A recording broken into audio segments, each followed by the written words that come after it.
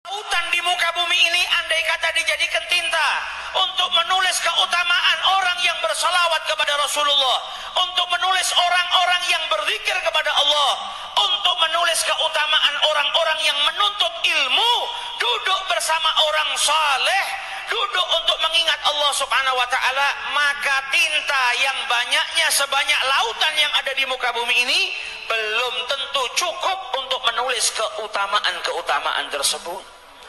Al-Imam Al-Ghazali dalam kitabnya Mukasyafatul Qulub meriwayatkan satu hadis tentang keutamaan salawat kepada Rasulullah. Satu saja yang sudah membuktikan begitu besarnya keutamaan yang insya Allah pada malam hari ini kita dapatkan.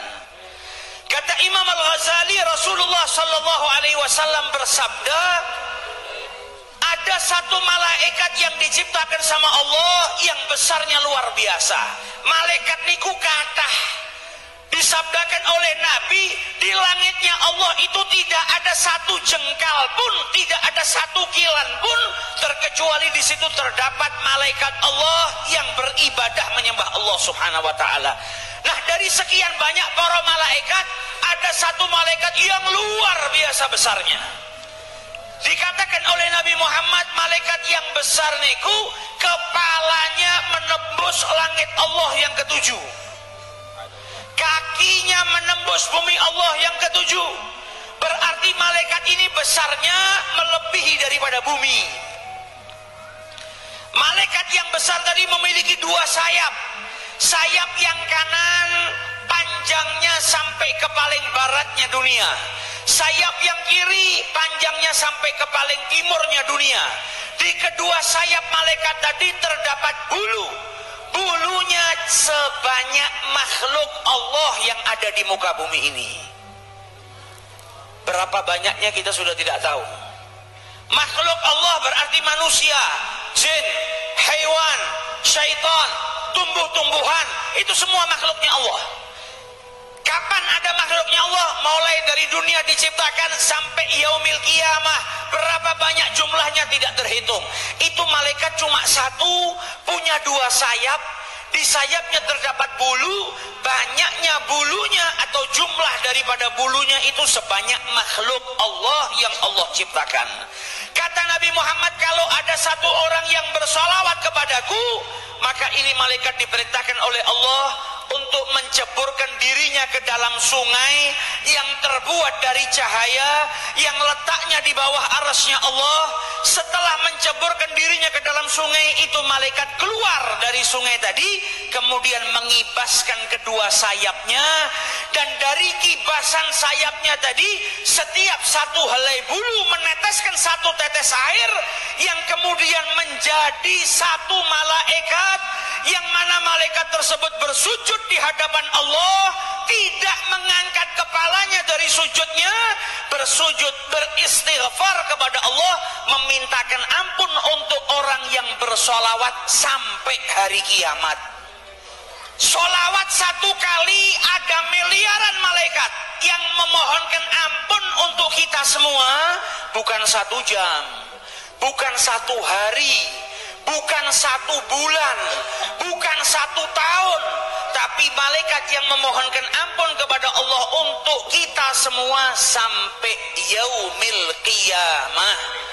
Maka dari itu dikatakan oleh Rasulullah, yang hadir majlis-majlis zikir, majlis-majlis sholawat, kata beliau, qumu maghfuran lakum, bangunlah kalian dari majlis tersebut, niscaya dosa-dosa kalian diampuni oleh Allah Subhanahu wa ta'ala.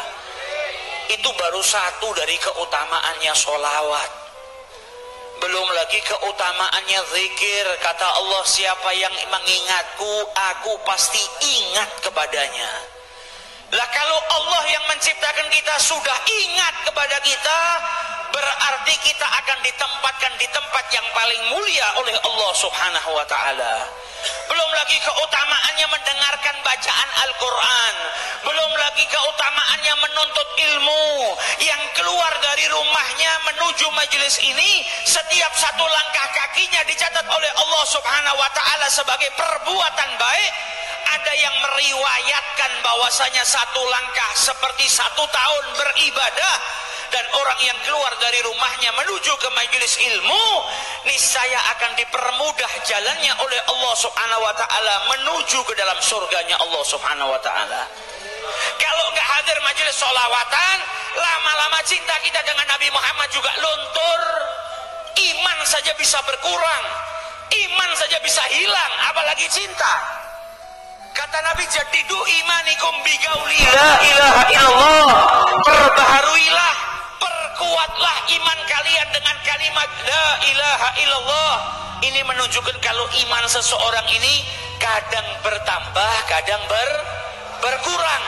Iman saja juga bisa hilang, bukan hanya berkurang. Berapa banyak orang soleh di akhir usianya malah berbuat maksiat, mati dalam keadaan su'ul khatimah.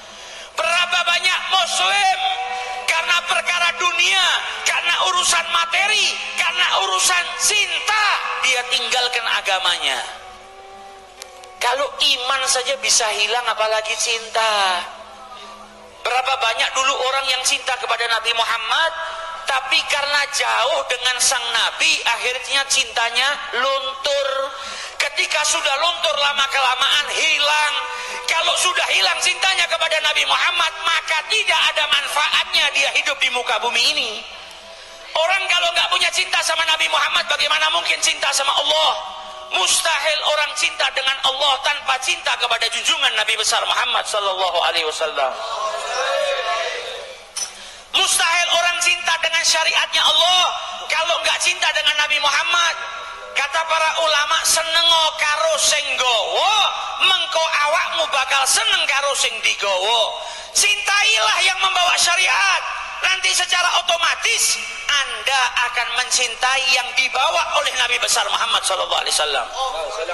Orang yang cinta dengan yang membawa sholat, pasti dia akan cinta dengan sholat. Orang yang cinta dengan yang membawa puasa, pasti dia akan cinta dengan puasa. Orang yang cinta dengan yang membawa perintah haji di jalan Allah, pasti dia akan cinta dengan menunaikan ibadah haji. Orang yang cinta dengan yang membawa ala bi dzikrillah tatmainnul qulub, pasti dia akan senang berzikir kepada Allah. Orang yang cinta dengan yang mengajarkan sabar, orang yang cinta dengan yang mengajarkan tawadhu, orang yang cinta dengan yang mengajarkan sunnah-sunnah, pasti dia akan senang dengan sunnah-sunnahnya Nabi besar Muhammad sallallahu alaihi wasallam. Berapa banyak orang sekarang yang sudah lupa dengan nabinya. Nabi Muhammad cuma sekedar di lisan. Man nabiyuka Muhammad, cuma sekedar di situ. Padahal saat ini kita sangat membutuhkan beliau. Umat ini semakin terpecah belah, musibah di mana-mana. Yang bisa menyelamatkan kita cuma mengikuti dan pegangan kuat dengan Nabi besar Muhammad SAW. Kalau namanya Nabi Muhammad disebutkan saja bisa menyatukan manusia, bagaimana kalau kita berpegang teguh dengan Nabi besar Muhammad SAW? Yang mau negaranya selamat berarti harus selalu menghidupkan Nabi Muhammad di dalam hatinya. Kata Allah, wa ma kana Allahu liyu'adzibahum wa anta fihim. Janjinya Allah tidak akan menurunkan derita, tidak akan menurunkan musibah selagi Nabi Muhammad ada di tengah-tengah mereka. Kalau Kanjeng Nabi niku wonten tengah-tengah desa, ada di tengah-tengah masyarakat, ada di tengah-tengah kampung, maka Allah tidak mungkin menurunkan bencana di sana.